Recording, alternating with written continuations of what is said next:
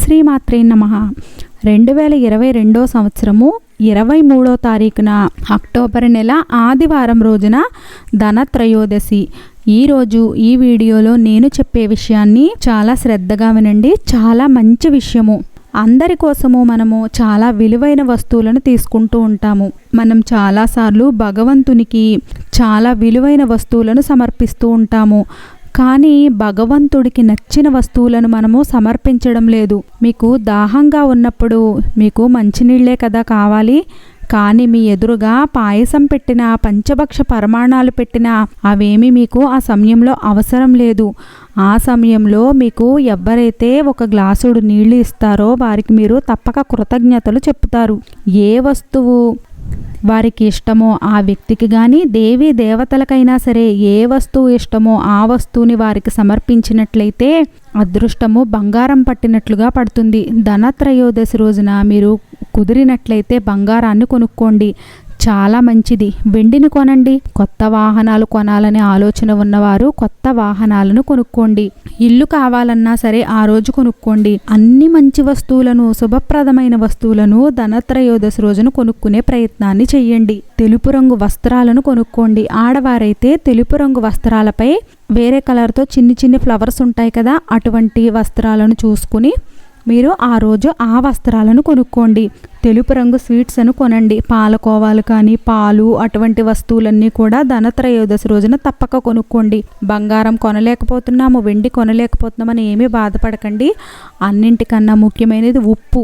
ఖచ్చితంగా ధనత్రయోదశి రోజున ఉప్పును మాత్రము ప్రతి ఒక్కరూ కొనుక్కోండి.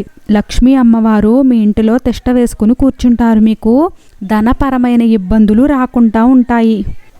ఏదేమైనా తెలుపు రంగులో ఉండే వస్తువులను ఖచ్చితంగా కొనే ప్రయత్నాలను చేయండి. కొన్ని ఇళ్లలో ధనత్రయోదశి రోజున మనం చూసినప్పుడు వంట సామాన్లు అవి కూడా కొంటూ ఉంటారు. కొన్ని రకాలైన లోహాలతో చేసిన వస్తువులను ధనత్రయోదశి రోజున కొన్నట్లయితే అదృష్టాన్ని కోల్పోయి దౌర్భాగ్యం వస్తుంది. మీరు ఏ లోహంతో చేసిన వస్తువులను కొనాలి అంటే ఇత్తడి ధనత్రయోదశి రోజు ఇత్తడి వస్తువులను కొనండి. స్టీల్ పాత్రలు కొంటున్నారు, అవన్నీ మీ భాగ్యాన్ని మింగేస్తాయి. ధనత్రయోదశి రోజు ప్లాస్టిక్ ఇంకా గాజు వస్తువులను కూడా అస్సలు కొనకండి. మీరు ఇత్తడి వస్తువులను తెచ్చి అక్కడ ఇక్కడ పాడేస్తున్నాము, వాటిని మేము అసలు ఉపయోగించుకోలేకపోతున్నామని అనుకునేవారు ఇత్తడిది చిన్నగా హారతిచ్చేవి దొరుకుతాయి కదా, అది కొని తెచ్చుకోండి. చిన్నగా ప్రసాదం పెట్టే ప్లేట్లు దొరుకుతున్నాయి మనకి, ఒక 30-40 రూపాయల్లోనే అవి మీకు లభిస్తాయి. అటువంటి చిన్న ప్లేట్ను కొని తెచ్చుకోండి, లేదా ఒక గంటను కొని తెచ్చుకోండి. చాలా శుభప్రదము. ఇంట్లోనికి ఈరోజు ఇత్తడి వస్తువులు తెచ్చుకోవడం మాత్రము చాలా చాలా శుభప్రదము.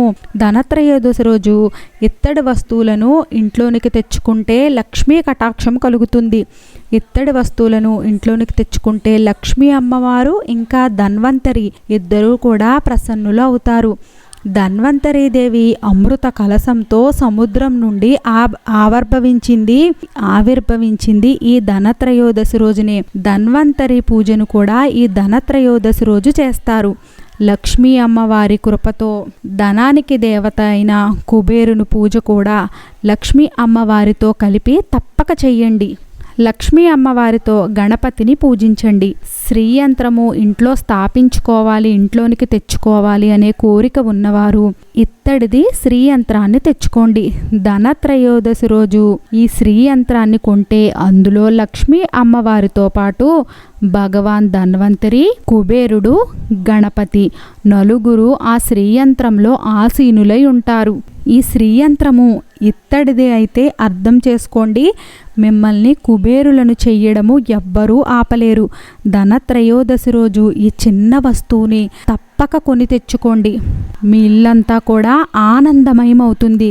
సుఖ సంతోషాల నిలయంగా మీ ఇల్లు మారుతుంది. ఆనందమే ఆనందము. చాలా చిన్న రెమెడీ, చాలా తక్కువ ఖర్చుతో కూడా మీరు ఈ రెమెడీని చేసుకోవచ్చు. చాలా అదృష్టాన్ని అయితే పొందుతారు. ఈ వీడియో నచ్చినట్లయితే ఒక లైక్ మాత్రము తప్పనిసరిగా వేయండి. ఈ వీడియో నచ్చినట్లయితే మన విరాట్ మంత్ర ఛానల్ని లైక్ చేయండి, షేర్ చేయండి, సబ్స్క్రైబ్ చేసుకోండి. ఈ వీడియో నచ్చినట్లయితే కామెంట్ బాక్స్లో జై శ్రీరామ్ అని తప్పక కామెంట్ చేయండి.